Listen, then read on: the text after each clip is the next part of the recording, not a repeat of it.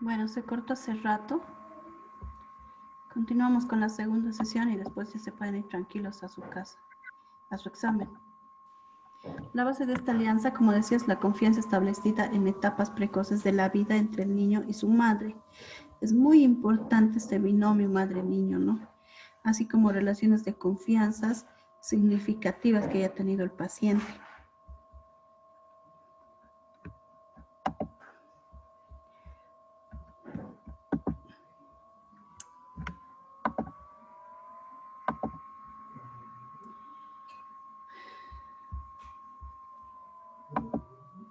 Entonces, la resistencia. Entonces, es cualquier cosa que el paciente pueda negar para que no llegue a sus objetivos terapéuticos, ¿sí?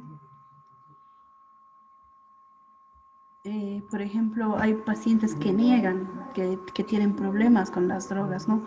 Adolescentes que tienen problemas con las drogas. Los tienen que desintoxicar, los tienen que internar para poder este tratamiento, ¿no? Tipos de pacientes son, o sea, problemas donde puede haber este tipo de la resistencia en el consciente, en el yo, en el super yo, en el ego de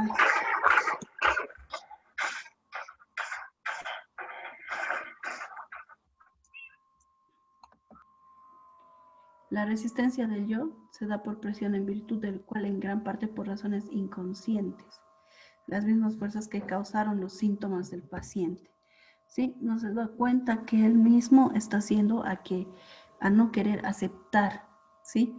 La resistencia del ello se da cuando el paciente mantiene continuamente el mismo discurso ante ante repetidas situaciones de esta conducta, ¿no? Y la resistencia del superior ocurre con mayor frecuencia en pacientes con obsesiones o depresión, los cuales en esta virtud de sentimientos, culpa y conductas masoquistas muestran una necesidad de castigo, de que ellos se lo merecen o que ellos tienen la culpa, que por eso les pasa eso.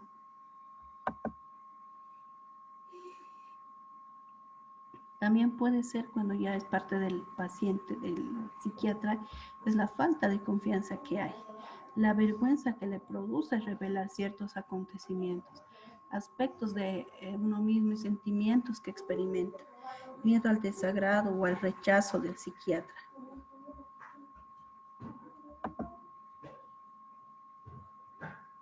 Entonces puede formar puede adoptar diferentes formas este tipo de resistencia, la censura de sus pensamientos, la intelectualización, la generalización, la preocupación sobre cada etapa concreta de la vida. Esto es muy importante, ¿no? La confidencialidad que tiene que haber entre el psiquiatra y el paciente. No puede divulgar sin el consentimiento del paciente la información que se le revele. Solo en aquellas situaciones en que los pacientes están en peligro de dañarse a sí mismos y a otros a causa de su enfermedad mental. ¿Sí? El componente básico de la relación psiquiatra-paciente es el que el paciente note el interés del psiquiatra. Tiene que estar convencido que su psiquiatra le quiere ayudar, que su psiquiatra necesita hacer su apoyo. Sí, lo elemental de la entrevista psiquiátrica es permitirle al paciente relatar su problema.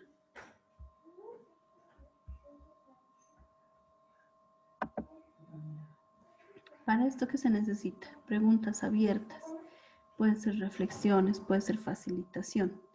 Las preguntas abiertas para reflejar un tema en que el psiquiatra está interesado en explorar, aunque deja que sea el paciente quien elija las áreas consideradas importantes y con sus propias palabras, ¿sí?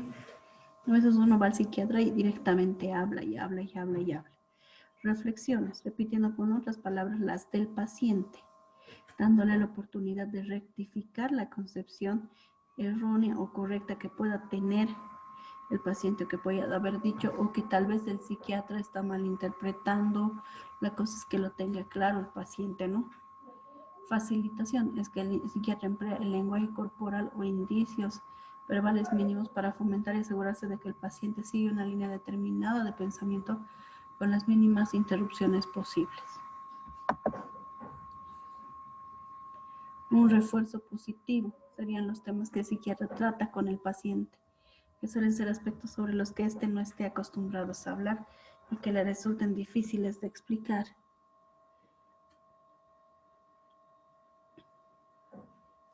Entonces también el silencio, ¿no? Que hace que el paciente se distancie de lo que ha estado diciendo, y puede ayudarle a ordenar sus pensamientos o permitirle entender mejor el significado psicológico de lo que está pasando en la entrevista. Interpretación. El psiquiatra colabora con el paciente para que éste sea capaz de entender sus propias motivaciones y el significado de sus pensamientos, sentimientos y actos. Entonces, en todo esto que va a hacer el psiquiatra va a examinar todo este tipo de conductas y extraer las interferencias que hay en él. Y esto se va a llamar, son las interpretaciones de la entrevista.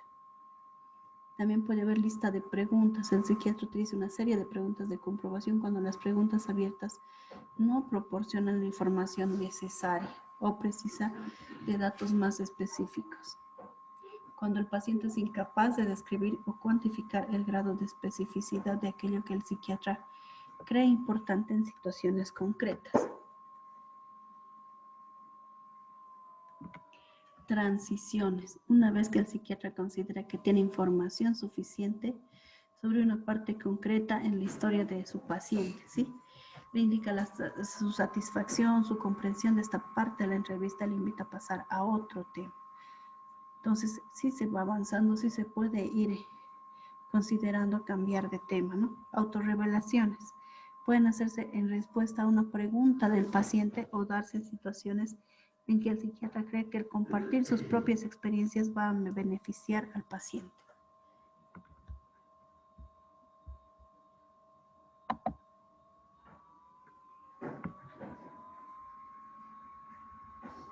En lugar de permitir al paciente responder a una pregunta concreta, el psiquiatra formula varias preguntas a la vez.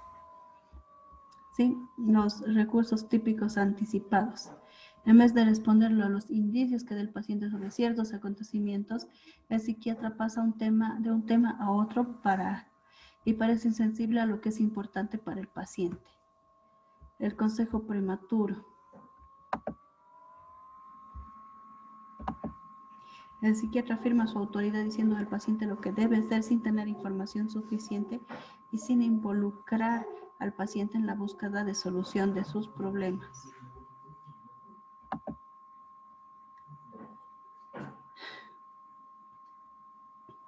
Aquí también puede haber este tipo de falsas afirmaciones. ¿Qué pasa? Cuando el psiquiatra le afirma al paciente que algo va a ocurrir o no, o bien cuando tiene suficiente información para llegar a esa conclusión, o la situación clínica sugiere que podría ocurrir justo lo contrario. Está infundiendo falsos anónimos al paciente. Actuar sin dar explicaciones. Cuando el psiquiatra hace algo para un paciente sin revisar por qué lo hizo, sin estos motivos, sin tener su consentimiento. Y se supone erróneamente que el paciente acepta su autoridad sin cuestionar.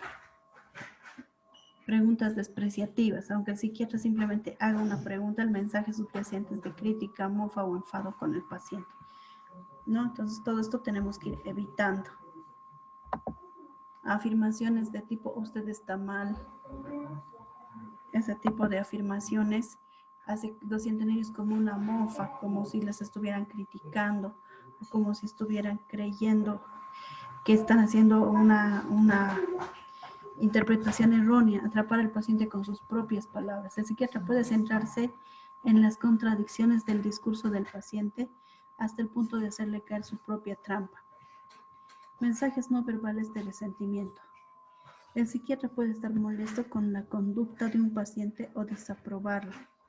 En lugar de enfrentarse directamente al paciente, utiliza el lenguaje corporal para indicar su desaprobación.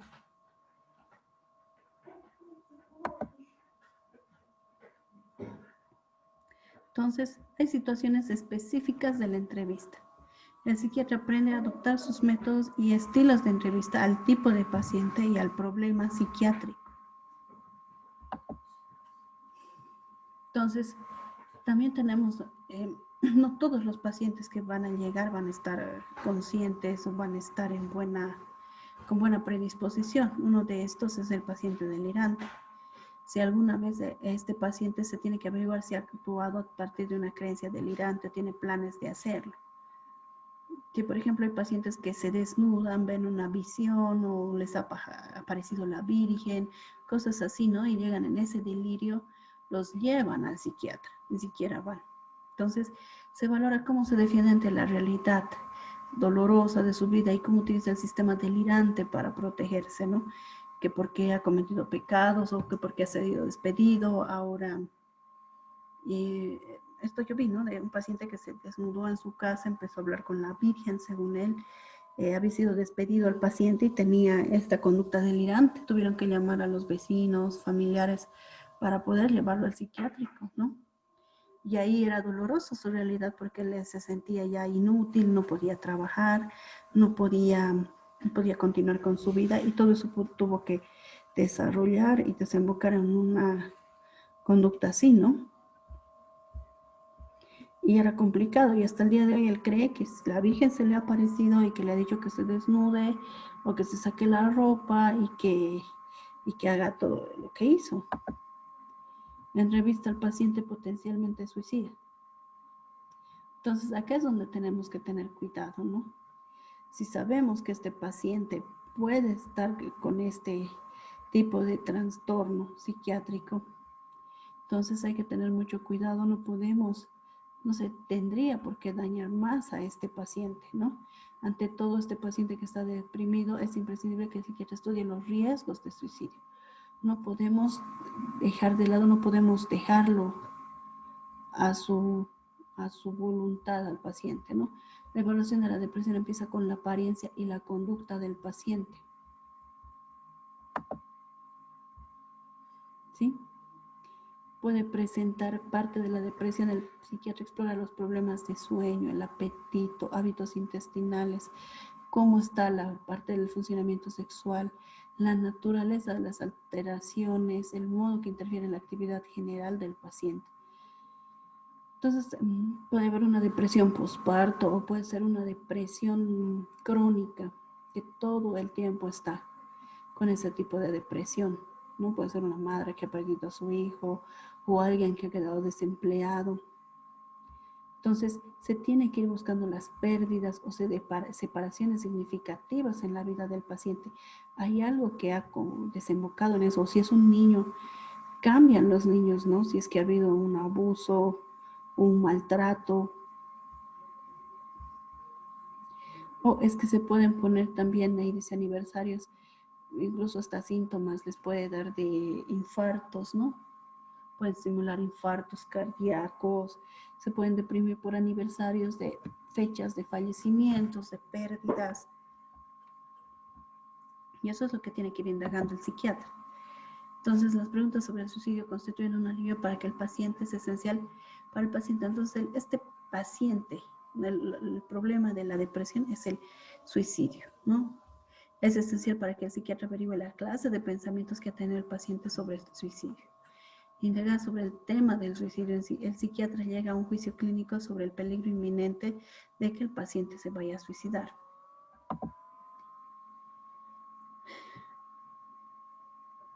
Acá, por ejemplo, ustedes vieron ese juego de la ballena azul. ¿Escucharon de ese juego en internet de la ballena azul? Sí. ¿No? Entonces es demasiado maldad que existe, ¿no? En el mundo para poder haber hecho esto con jóvenes que estaban en depresión, porque para entrar a ese juego y tener esa cantidad de retos y demás, esos niños están en depresión, ¿no? ¿Y cuál es el punto final? Es el suicidio o el bullying, a lo que lleva el bullying, ¿no? Entran a una depresión tal que no pueden salir, ¿no? Y terminan quitándose la vida, o peor, algunos más que suicidio cometieron homicidio, ¿no? En Estados Unidos estaban tan cansados de todo lo que les hacían que consiguieron pistolas, mataron un montón de estudiantes y ellos después se quitaron la vida. Entonces hay que estar alertas. ¿Cuál es el problema? Cuando son niños, han visto que muchas veces se rompe este binomio madre-niño. La mamá tiene que salir a trabajar. No, imagínense una madre, y se ha visto esto, en casos de colegas, colegas hombres, colegas mujeres, que tenían que salir a trabajar, tenían que hacer la residencia, tenían que estar en el hospital, pues son médicos, ¿no? Y ahí hay un punto en el que, de quiebre, en el que, bueno, soy médico, soy padre o qué, ¿no? Pero muchos de nuestros colegas han perdido a sus hijos, porque los hijos se sienten abandonados y tienen ese dolor, ¿no? Mi papá, mi mamá no nos dejan, prefieren su trabajo. No es que uno prefiera el trabajo, sí ama lo que hace, pero son características del empleo y a veces por tener un empleo tiene que darlo todo porque a veces no se puede conseguir otra cosa, ¿no? Y al menos los hombres se dejan llevar, dejan a los niños, abandonan a los niños y tiene consecuencias, ¿no? Entonces buscan, se ha visto casos de traumatólogos que tienen bastante dinero, bastante poder acá en Cochabamba y sus hijos terminan quitándose la vida, ¿no? Que entran a problemas de drogas, entran a problemas de depresión, a problemas de autos, ¿no? De autos, de carreras de autos, y donde el punto final inminente acá es el suicidio. Entonces hay que tener mucho cuidado, y esto les digo a ustedes como colegas ya, porque van a ser un día médicos y también van a ser papás. Y no hay que dejarse llevar. Hemos visto que lo que determina aquí el futuro de nuestros hijos es el buen desarrollo de los mismos. El que quién va a estar atento a un hijo, una niñera, un jardín escolar, la abuela, no. O bueno, al final somos buenos médicos, como muchas colegas mías decidieron ser buenas médicos, pero no mamás. Porque no se puede hacer ambas cosas bien. ¿No? Porque vemos que hay problemas, hay patologías, es complicado. Y si no, algo uno tiene que perder algo de empleo, perder algo de especialización, perder algo de trabajo, que no es tan complicado para las otras carreras porque los padres almuerzan juntos, no hacen turnos fines de semana, no trabajan en la noche. Nuestra área de salud es más complicada, ¿no? Igual de las enfermeras. Entonces, pero más es en los médicos que se ve en sus hijos. No quieren saber de medicina. Tienen Sí, doctora, prisión. yo Y tengo una experiencia, sí, voy a pues, compartir. Cuando mi hijo mayor nació, yo trabajaba como técnico de enfermería aquí en Brasil y me quedaba de guardia siempre porque la carga horaria de la enfermería es diferente, ¿no? Entonces me quedaba trabajando de hospital en hospital, de hospital en hospital y después mi hijo empezó a hablar y cuando menos esperé mi hijo llamaba a su abuelo de papá. Y después esto me llamó la atención y hablé con mi esposa y salir de los empleos, de uno de los empleos tuve que dejar porque percibimos que mi hijo sentía mi falta. sí. Y eso han visto, no se recupera. No se recupera. Es muy complicado. Imagínate que el niño está más ligado a la mamá. Y cada vez se ve más médicas, más jovencitas estudiando medicina. Y digo, bueno, el día de mañana hay que ir a hacer. Bueno, dice, no, le voy a dejar mi foto y se va a quedar con mis papás. Es facilito es hablar. Bueno, dice, no el embarazo, no el criar, pero la cosa es, nos vamos dando cuenta, ¿no? De los problemas que hay, de los problemas que pasan nuestros compañeros. Algunos se van a hacer la especialidad al exterior y dejan a sus hijos, regresan y pasa lo mismo que ha pasado con los padres que se han ido a España y han dejado a sus hijos. No se puede recuperar por más casa, por más auto, por más que tengas lo que tengas, no justifica nada esta problemática y no se puede ir hacia atrás. Los niños lastimosamente no van a decrecer y nos van a esperar. No. Así que es muy importante esta parte porque puede pasarles además cualquier cosa, no hay confianza en nadie. La abuela se duerme y aparece un tío malo, no sabemos, ¿no? O la niñera se lo roba, hemos visto tantos casos de robo de niños, cosas feas, ¿no? Entonces como que nos hacen pensar personalmente, si a estas alturas estuviera yo de su edad no tendría ni hijos.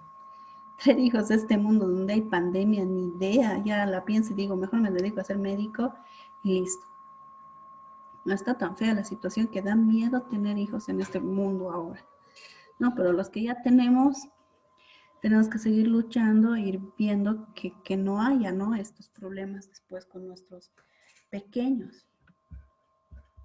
Ya de eso, el problema de lo exterior, esto de la ballena azul ha sido muy complicado.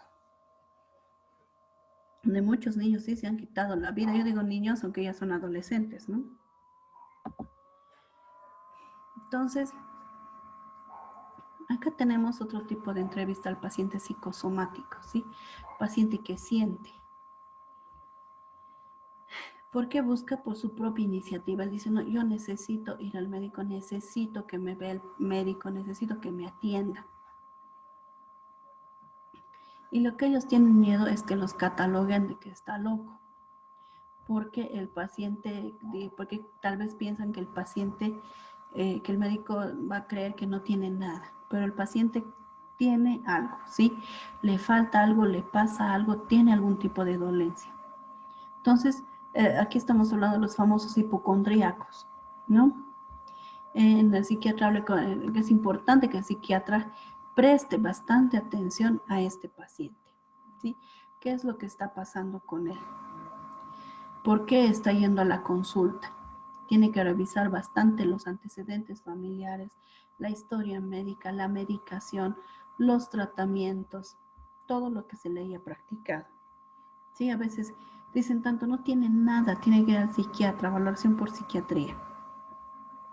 ¿No? Es ese tipo de pacientes que están buscando ayuda en todo lado y al final al no encontrar un diagnóstico clínico o quirúrgico, piensan que ya es algo de la cabeza. Entonces, a medida que pasa, dice la entrevista, revisan las circunstancias por las que pasaba el paciente. ¿Qué pasó? Aparecieron los síntomas, tiene un dolor precordial, por ejemplo. Pero con el dolor precordial le hicieron su CPK, le hicieron sus enzimas cardíacas, le hicieron electrocardiogramas, Holters, todo sale normal. Cardiología lo da de alta, ¿no? Pero él sigue teniendo ese dolor opresivo en el pecho. ¿Y qué es lo que pasa? Hay que tratar de ligar, indagar un poco más qué es lo que le pasa, cuándo le pasa, cómo le pasa, qué estaba haciendo en ese momento, cuando le vino este tipo de dolencia, por ejemplo, ¿no? Entonces, puede ser algo más sentimental, algún tipo de qué sé yo, de aniversario, como decíamos, para que este paciente empiece a deprimirse, empiece a ponerse mal y no sea algo tan físico, pero sí hay algo en la parte mental. Por eso decíamos que el completo estado de bienestar físico, mental y social es salud, ¿no? El completo estado de bienestar, todo tiene que estar bien, pero sí, no tengo nada físicamente, pero yo siento que sí tengo o siento que estoy mal, igual no estoy sana y necesito ayuda. Y se explora el paciente con lo que le pasa, con lo que él cree que le pasa, cree que le ocurra algo, ¿sí? Él cree que va a pasarle algo en su vida futura, que las dolencias van a aumentar, se van a hacer más físicas. Entonces, ¿qué tiene que hacer el psiquiatra en esta situación? Aquí dice, no tiene que verse interesado, no tiene que menospreciar, no tiene que decir, no, no es nada. Y es lo que a veces como médicos también cometemos ese error. Nuestros propios hijos nos dicen, ay, mami, me duele mi rodilla, pero yo veo que no tiene nada en la rodilla. No, se le puede hacer sacar radiografías, pero me duele mi rodilla. Y que dice como padre, no es nada, ¿no? Dependiendo de la especialidad que tengamos. Por ejemplo, a mi esposo le dice, no, no es nada, no, todo está bien, claro, porque él es terapista y él solamente ve cuando tiene necesidad de entubar. Se entiende que para él pasa algo cuando tiene que entubar, ¿me entienden? Pero el psiquiatra no tiene que entubar a nadie, el psiquiatra tiene que tratar de analizar, tratar de entender qué es lo que le está pasando a ese paciente, ¿sí? ¿Por qué es este tipo de queja? Entonces, ya tendría que ir respondiendo al final de la consulta el psiquiatra, qué es lo que le está pasando, por qué hay ese malentendido o realmente tal vez es algo clínico, porque no olvidemos que el psiquiatra es médico y puede que sea mejor médico que otros clínicos y pueda que descubra un diagnóstico que pasó desapercibido, ¿sí? Entonces también suelen ser necesarias varias visitas antes de que el paciente esté dispuesto a aceptar esta importancia de estas reacciones emocionales. Si es que solamente he sido emocional la queja y no ha habido nada físico, tiene que corroborar el psiquiatra esto, ¿no? Que no hay nada físico. Entonces el psiquiatra también verificará laboratorios, verificará exámenes, verificará electroencefalogramas, revisará, porque es médico, por eso es una especialidad de medicina. No es que soy psicólogo y soy psiquiatra, no, soy psicólogo, pero si no sé, mando al psiquiatra. El psiquiatra tiene que ver de una forma más clínica, más global, está en la obligación. Y si algo se le ha pasado al cardiólogo o al internista, entonces tiene que ser capaz de detectarlo, ¿no?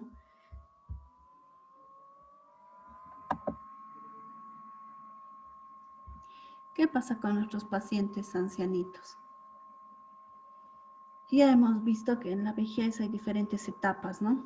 Y que el anciano necesita una atención especial.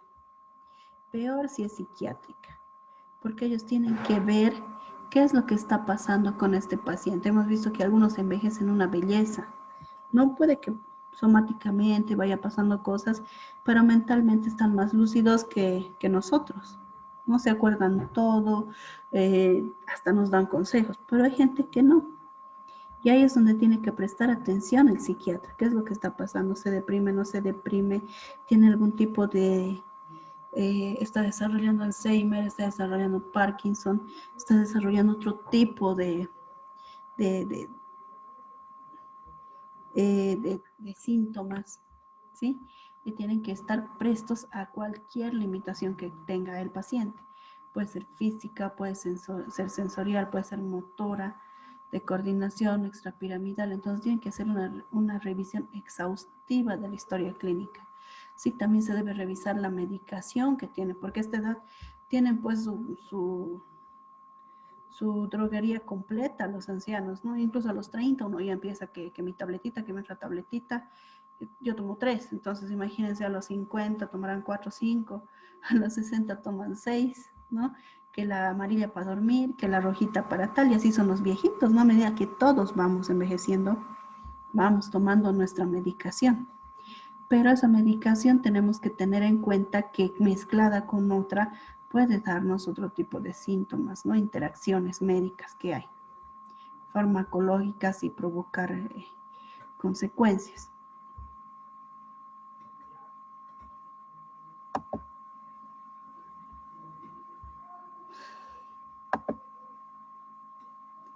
También tenemos pacientes violentos, ¿sí?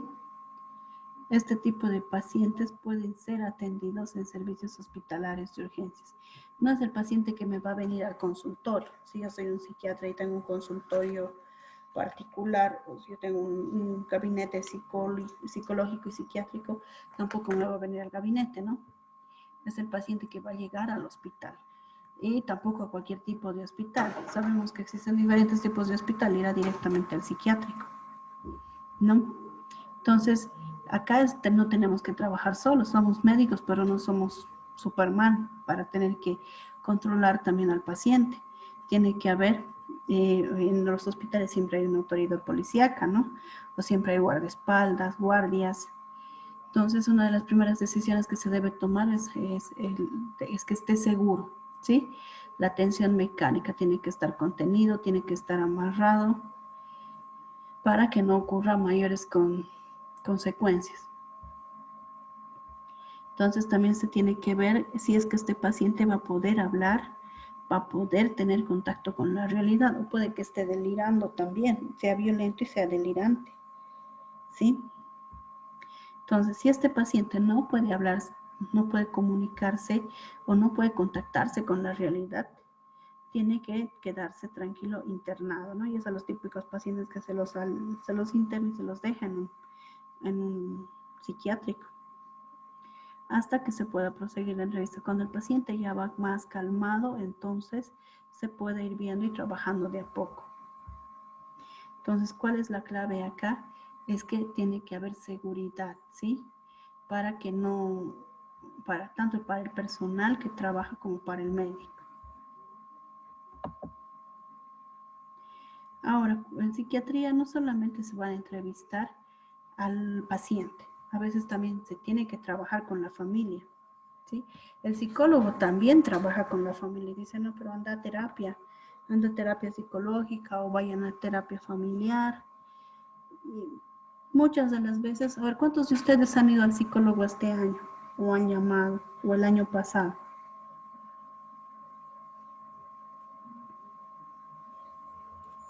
El año pasado. Uno. A ver, ¿quién es más? ¿Cuántos tenemos en la reunión? Hace 2 años que yo fui. Sí. Entonces dicen que ir al psicólogo es como ir al dentista. Ahora, no sé si van al dentista, pero al dentista tenemos que ir por lo menos 2 veces al año. ¿Sí? Y al psicólogo también, porque nuestra salud mental es muy importante. ¿Sí? Nuestra salud mental es vital. Podemos estar físicamente sin resfriado, sin tos, sin gripe, no sé qué les da a esta edad. Podemos estar sanos, pero si no tenemos salud mental, chicos, no se puede avanzar. Y para poder determinar eso, tenemos que ir y hablar con alguien. A veces no tenemos papás, ya fallecieron, o a veces vivimos solos, o ya nos hemos casado y no queremos meter a nuestra familia. Entonces, para eso está el psicólogo. Y si tengo algo, para eso está el psiquiatra. ¿Sí? Tienen que ir voluntariamente, hacerse una valoración, una entrevista, y debería ser algo rutinario, como les digo, cada 6 meses, cada 2 veces al año por lo menos, ¿no? Y van a ver que les hace bien, les dan consejos.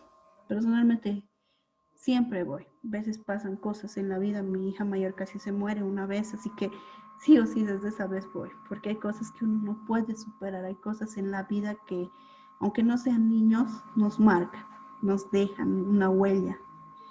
Y esas cosas sirven para salir adelante, pero solos no se puede avanzar, ¿sí? Y en esto también, en la entrevista, también se tiene que entrevistar a los familiares, es muy importante, ¿no? Porque no solamente el paciente tiene que salir adelante, si sabemos que le ha pasado algo cuando era niño, si sabemos que la mamá estaba ausente y es un jovencito, tenemos que a la mamá más captar, la mamá más tiene que estar en el tratamiento, ¿sí? O si no, si es una pareja, nosotros no somos culpables de lo que le haya pasado a nuestra pareja, pero tenemos que comprometernos con el tratamiento de la pareja, ¿no?